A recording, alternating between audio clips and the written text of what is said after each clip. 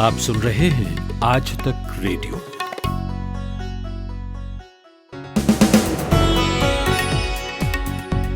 नमस्कार, 17 सितंबर की शाम का दिन भर सुन रहे हैं आप। मैं हूं अमन गुप्ता। सीमा पर चीन ने बड़े बड़े लाउड स्पीकर लगाए हैं। इन पर पंजाबी गाने बजाए जा रहे हैं। ऐसी चीजें कही जा रही हैं कि सेना के जवान भड़क जाए। तो कैसा असर होता है इस तरह की टैक्टिक्स का एक जवान पर, और पहले कब कब ऐसी हरकतें चीन कर चुका है। आज राज्यसभा में रक्षा मंत्री राजनाथ सिंह ने भारत चीन विवाद पर बयान दिया और वही बातें कहीं जो लोकसभा में कही थी। साथ ही एक संदेश गया कि चीन के खिलाफ डटी सेना के लिए पूरा देश खड़ा है, पूरा सदन एक साथ खड़ा है। लेकिन गृह राज्य मंत्री के बयान के बाद बढ़ रही अस्पष्टता से कैसे निपट रही सरकार। सुशांत सिंह राजपूत केस में सीबीआई के हाथ अब तक कुछ नहीं लगा है। ड्रग्स एंगल सामने आने के बाद नारकोटिक्स कंट्रोल ब्यूरो यानी एनसीबी भारी पड़ रही है। गिरफ्तारियां तक हो गई हैं, तो सीबीआई का क्या होगा। अब मौत के मसले पर जांच कहां आगे जाएगी, बताएंगे। इसके अलावा पीएम मोदी का जन्मदिन है आज, तो जानेंगे कि बेरोजगारी, महंगाई, कोरोना और मंदी के बीच उनकी राजनीतिक जमीन पर आगे कैसा असर होगा। लेकिन उससे पहले सुनिए हेडलाइंस प्रतीक वाघमारे से।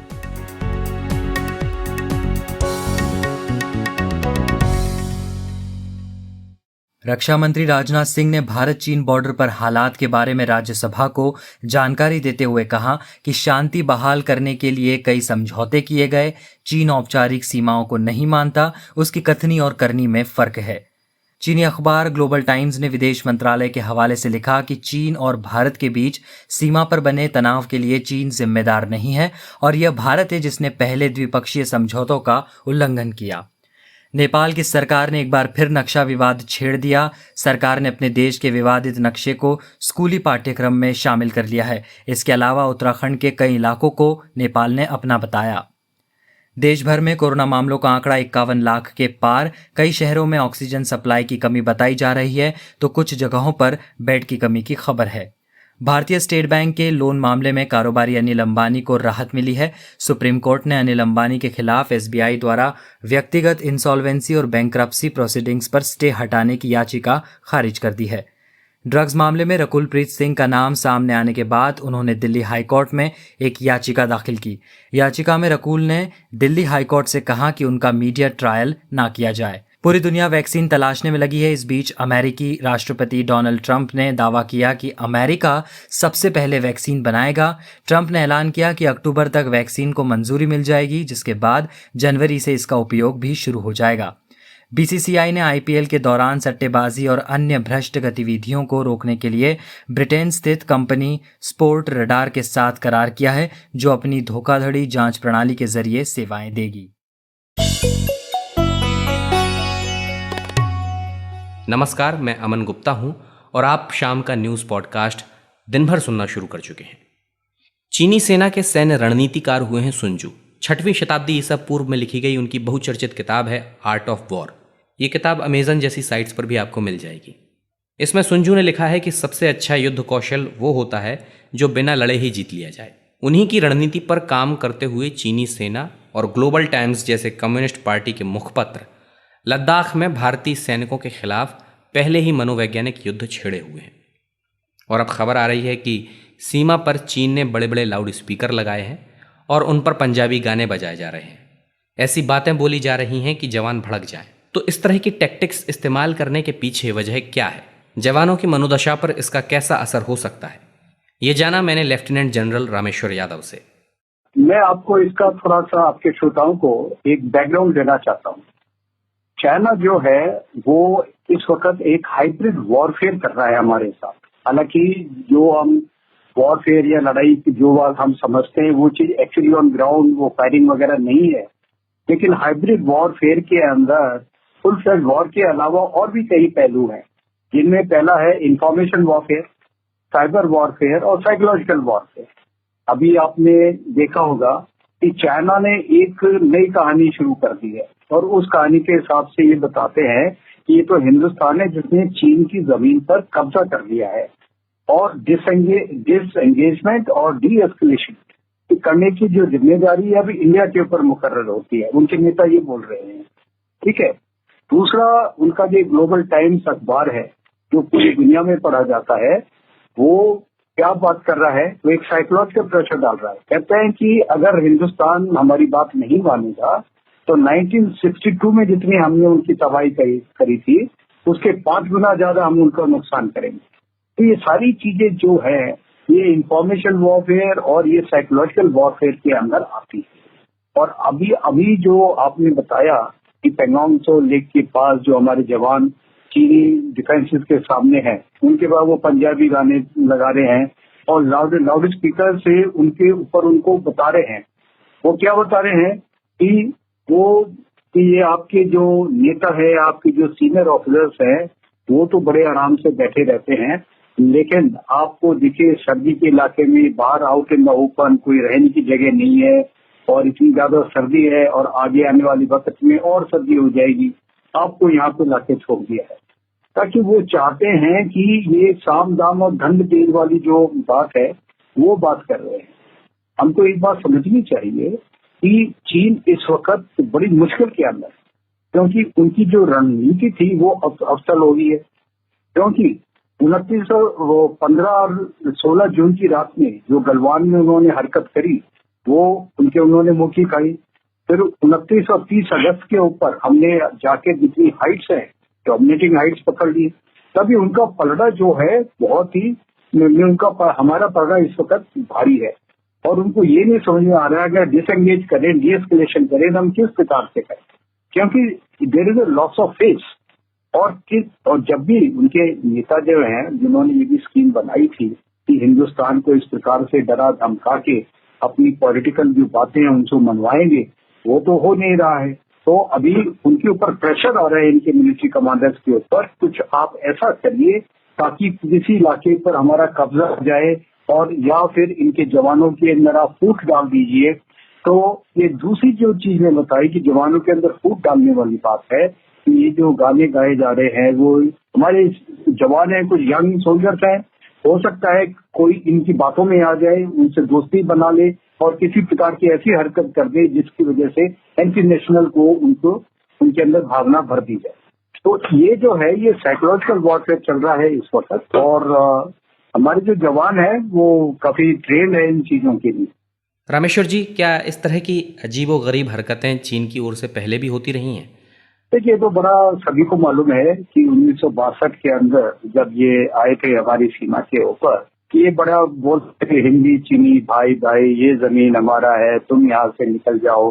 तो हिंदी चीनी भाई भाई भी इसी साइकोलॉजिकल वॉरफेयर का हिस्सा था ताकि वो हमारे जवानों का मनोबल डाउन करें और उसके बाद उनको ये बताएं कि देखिए हमसे लड़ाई मत करिए, हम आपसे लड़ाई नहीं करना चाहते, हमारी बात मान के आप चुपचाप हमारी बात आप आगे चले जाएंगे तो हम आपसे लड़ाई करेंगे।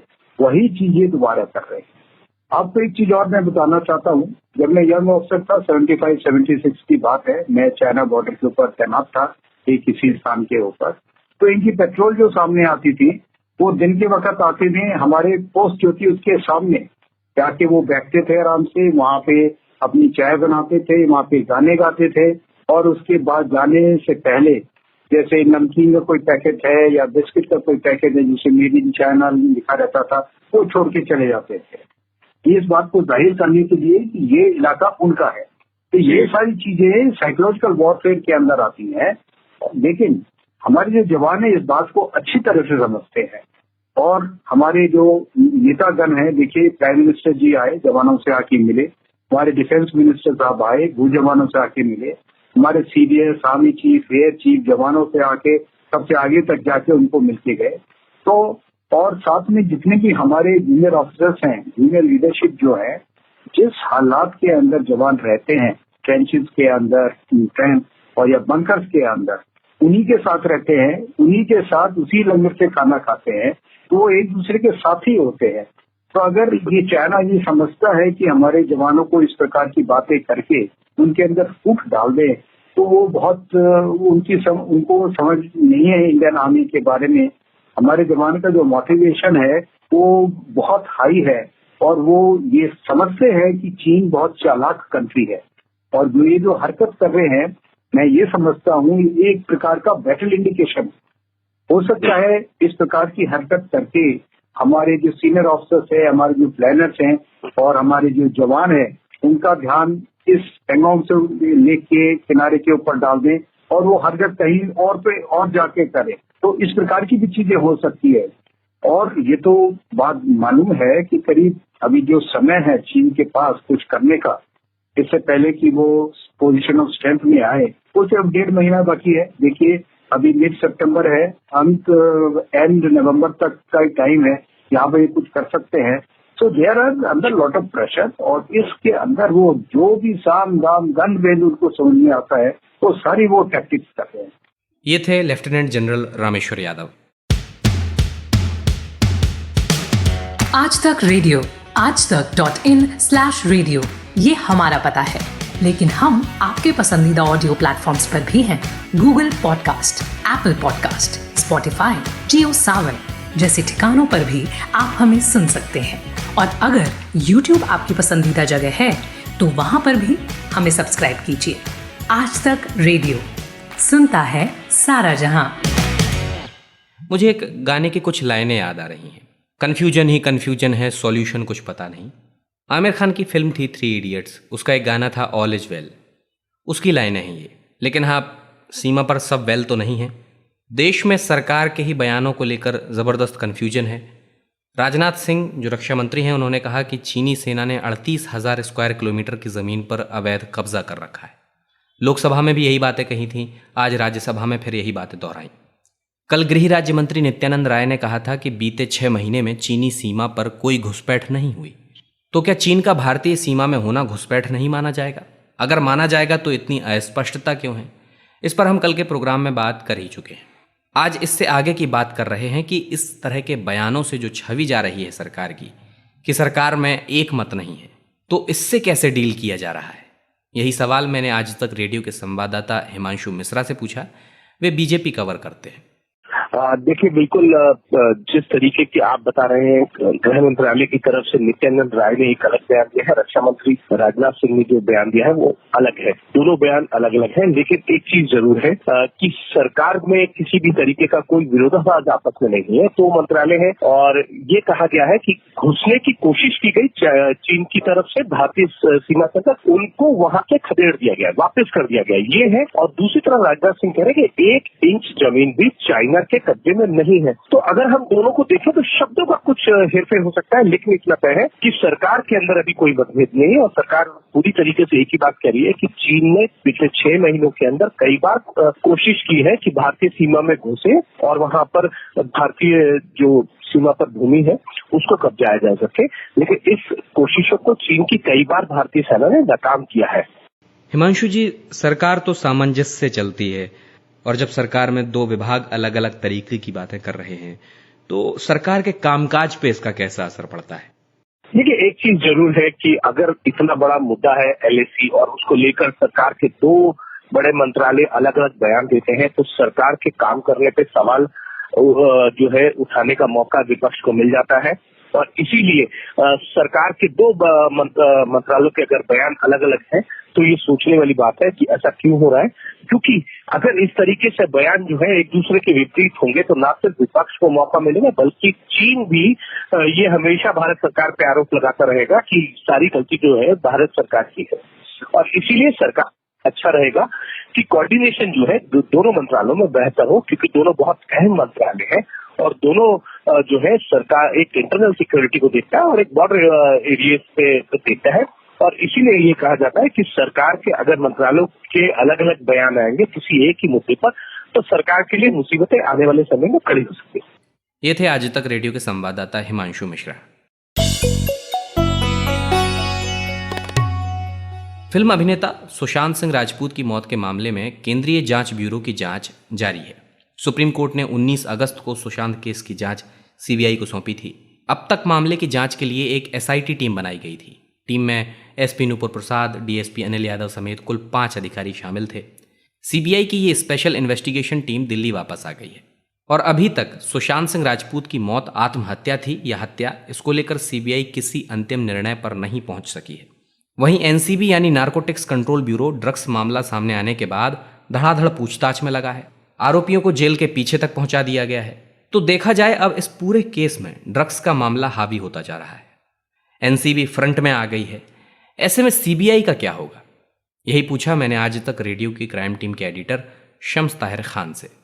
देखिए, जिस तरीके से पहले मुंबई आई थी पूरी जांच, ये था कि सुशांत की मौत का सच क्या है, खुदकुशी है या कत्ल है, उसके लिए हालांकि पहले ईडी की टीम आई थी, सीबीआई, और सबसे आखिर में एनसीबी की टीम आई। लेकिन असली देखें तो जो सारा एक्शन और गहमा गहमी रही वो एनसीबी की तरफ से रही, जो कि बिल्कुल अनएक्सपेक्टेड था। पहली गिरफ्तारी हुई वो भी एनसीबी ने की, सीबीआई ने नहीं की, न ईडी ने की। तो ड्रग्स का जो पूरा मामला है उसके बाद एक चेन बनता चला गया, रिया चक्रवर्ती, शौविक चक्रवर्ती, इसके अलावा जो बाकी लोग हैं जो स्टाफ थे सुशांत के। अब उसमें यह है कि कौन क्या ड्रग्स लेता था। हालांकि मैं आपको बताऊं कि एक एनसीबी के अफसर ने ये बताया कि जिस तरीके से ये सारे नाम आ रहे हैं कि कौन किस तरह ड्रग्स खरीदता था, अगर सुशांत जिंदा होते तो शायद एनसीबी की टीम सुशांत को भी गिरफ्तार कर लेती, लेकिन ये मुमकिन नहीं था क्योंकि सुशांत की मौत की वजह से ये सारी इंक्वायरी बैठी है। तो अभी मामला जो सवाल शुरू हुआ था कि सुशांत की मौत का सच क्या है, असली में जो जांच दी गई सीबीआई को उसी के लिए दी गई थी सुप्रीम कोर्ट की तरफ से। लेकिन वो जांच कहीं ना कहीं आप ये कहें या तो अभी हाशिए पे है या फिर खामोश है, क्योंकि एक्शन जो है वो सिर्फ एनसीबी की तरफ है। एनसीबी न सिर्फ रिया चक्रवर्ती बल्कि इसके जरिए बॉलीवुड और बाकी एंगल को भी इसमें टटोल रही, खंगाल गई। हालांकि बड़ा ओपन सीक्रेट है कि बॉलीवुड में ड्रग्स का इस्तेमाल कब से होता है, कैसे होता है, फरदीन खान और बाकी वक्त पे लोगों के नाम आते रहे, आपने सुना होगा। लेकिन एनसीबी ने तो अपना सारा काम कर लिया। अब जो है असली सवाल फिर वही पे आ जाता है कि जिस केस की शुरुआत जिस जांच के लिए हुई थी उसका क्या होगा। शम्स जी, अब तो सीबीआई की टीम दिल्ली भी लौट आई है। इस जांच में अब आगे कौन सी कड़ियां जुड़ती दिख रही हैं, ये कहाँ जाती दिख रही है जांच? देखिए, अगर इसको इन्वेस्टिगेशन के हिसाब से समझने की कोशिश करें तो करीब 27 दिन तक मुंबई में सीबीआई की टीम रही। 20 अगस्त को आई थी और 16 सितंबर पहले वो वापस चली गई। जो स्पेशल इन्वेस्टिगेटिव टीम है सीबीआई की, 5 लोगों की टीम की चली गई। अब सवाल ये कि सीबीआई ने सारे केस से जुड़े हुए लोगों की पूछताछ की, जो सुशांत के लिए थे, जिनके ऊपर जरा सा भी शक था, उन सभी से बुला के कई दिन तक पूछताछ हुई। रिया चक्रवर्ती से पूछताछ, उनके माँ बाप, भाई, सभी से पूछताछ हुई।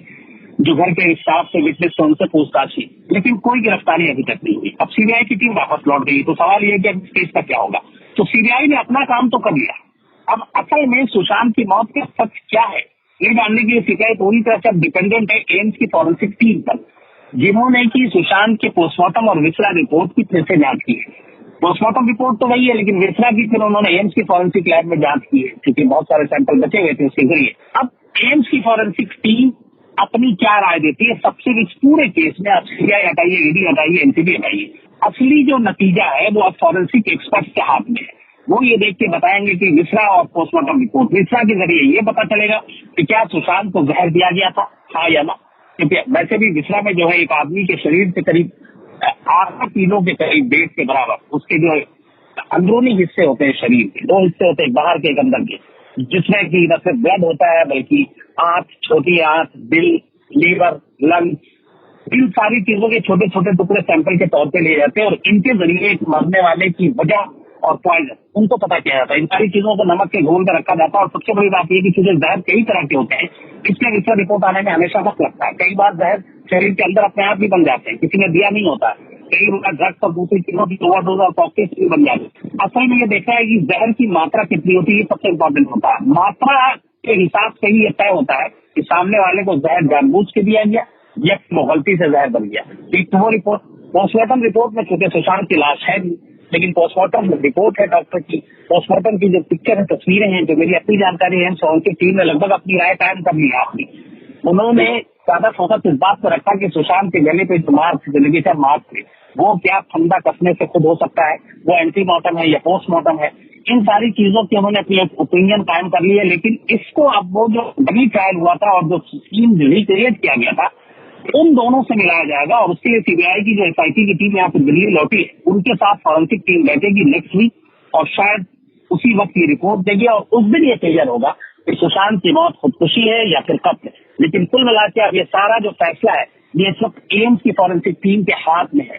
अब उनकी जो रिपोर्ट होगी वही सब कुछ तय करेगी, क्योंकि सीबीआई की जांच में 27 दिन मुंबई रही, न कोई गिरफ्तारी हुई है, न कोई अभी तक ऐसी कॉल प्ले या वो सारी चीजें सामने आई है। तो अब डिपेंड करता है भाई, हो सकता है फॉरेंसिक टीम की रिपोर्ट के बाद ये केस नए सिरे से खुल जाए और हो सकता है कि फॉरेंसिक टीम की रिपोर्ट के बाद ये केस हमेशा के लिए क्लोज हो जाए। ये थे आज तक रेडियो की क्राइम टीम के एडिटर शम्स ताहिर खान। आप सुन रहे हैं आज तक रेडियो। देश के प्रधानमंत्री नरेंद्र मोदी आज 70 साल के हो गए हैं और बीजेपी ने इस मौके पर सेवा सप्ताह का शुभारंभ किया है। 14 से 20 सितंबर तक ये चलेगा। इस एक हफ्ते में मंडल से लेकर बूथ स्तर तक बीजेपी कार्यकर्ता तमाम सोशल वर्क करेंगे, जैसे अस्पतालों में फल बांटेंगे, रक्तदान करेंगे, बच्चों को किताबें बांटेंगे वगैरह वगैरह। इसी बीच आज के दिन को देश के युवा राष्ट्रीय बेरोजगार दिवस के रूप में भी मना रहे हैं। पूरे दिन से नेशनल अनएम्प्लॉयमेंट डे और राष्ट्रीय बेरोजगार दिवस जैसे हैशटैग ट्रेंड कर रहे हैं। इसके बाद पीएम मोदी को दी जा रही बधाइयों से जुड़ा कोई हैशटैग है, यानी युवाओं का गुस्सा साफ दिख रहा है। कोरोना काल में अर्थव्यवस्था का हाल हमने देखा ही, जीडीपी रसातल में पहुंच चुकी है, 24% की गिरावट है। इस बीच आगे आने वाले समय में प्रधानमंत्री नरेंद्र मोदी की राजनीतिक जमीन का क्या होगा, यही पूछा मैंने इंडिया टुडे के national affairs editor Rahul Shrivastava से। देखिए, मैं ये बात कहूंगा कि अगर जो पिछले 5-6 महीने में हुआ है घटनाक्रम, चाहे कोविड हो जिसमें करीब 5 मिलियन लोग इम्पैक्ट हो चुके हैं, करीब 8 करोड़ लोग माइग्रेंट लेबर नौकरियों से और घर से बेघर हो गए, जिनको सरकार ने अनाज देने की कोशिश की मगर उस अनाज का 33% भी नहीं बट पाया। इसके अलावा लाखों लोग जो हैं वो आज नौकरी के लिए भटक रहे हैं इधर से उधर। सबसे बड़ा चीन जो है भारत के लद्दाख के बॉर्डर पे लगातार एक ऐसी हॉस्टाइल पोजीशन बनाए हुए है कि वॉर का अंदेशा पूरी तरह जाग चुका है। इनमें से अगर एक भी हालात अगर होते हैं तो वो भारी पड़ते हैं किसी राजनीतिक नेता के जो कि प्रधानमंत्री है, लेकिन नरेंद्र मोदी के लिए ये सब इकट्ठा 5-6 महीने में हुआ है। एक बात कही जा सकती है कि कहीं ना कहीं जो उनकी छवि थी, जो उनकी ब्रांड थी, उस पर खुरचन तो जरूर आई है, लेकिन अभी भी नरेंद्र मोदी का जो ब्रांड है वो काफी कुछ सरवाइव किया हुआ है। उस ब्रांड के चलते वो आज भी अपने किसी भी अदर दूसरे पॉलिटिशियन से कुछ इंच जरूर ऊपर है। अगर आप देखिए तो पिछले कुछ महीनों में कांग्रेस में जो पिछले 1 साल में हालात उभरे हैं कि जवाहरलाल नेहरू से जब इंदिरा गांधी की तरफ कांग्रेस मुड़ रही थी तब एक बार बगावत हुई थी, उसी तरह से आज बगावत इस तरह तर्ज पे भी है कि एक धड़ा चाहता है कि राहुल गांधी अध्यक्ष ना बने, एक चाहता है कि अगर वो बन गए तो हमको फायदा होगा। इस तरह के बटावों में नरेंद्र मोदी के सामने जो विरोध है राजनीतिक, वो उतना प्रखर नहीं है, उतना तेज नहीं है। देखिए, नरेंद्र मोदी की 7 सालों की जर्नी है नेशनल लेवल पॉलिटिक्स की। जवाहरलाल नेहरू, इंदिरा गांधी, अटल बिहारी वाजपेयी नेशनल लेवल के प्लेयर थे पहले दिन से। नरसिम्हा राव, देवेगौड़ा, वीपी सिंह स्टेट से उभर करके आए मगर बड़े नेता उस लेवल के बन नहीं पाए। इसीलिए मैं कहूंगा कि नरेंद्र मोदी 7 सालों में एक ऐसी ब्रांड बन गए हैं कि मंदिर उनके कार्यकाल में हो गया, 370 उनके कार्यकाल में हट गया कि वो बीजेपी और आरएसएस के नेताओं के पैंथियन में बहुत ऊपर उठ गए हैं। लेकिन अब चैलेंजेस सामने है। इकोनॉमी पीसमील सोल्यूशन पे, यानी हल्के फुल्के सोल्यूशन पे सुधरने वाली नहीं है। चीन जो है वो भारी विपक्ष है।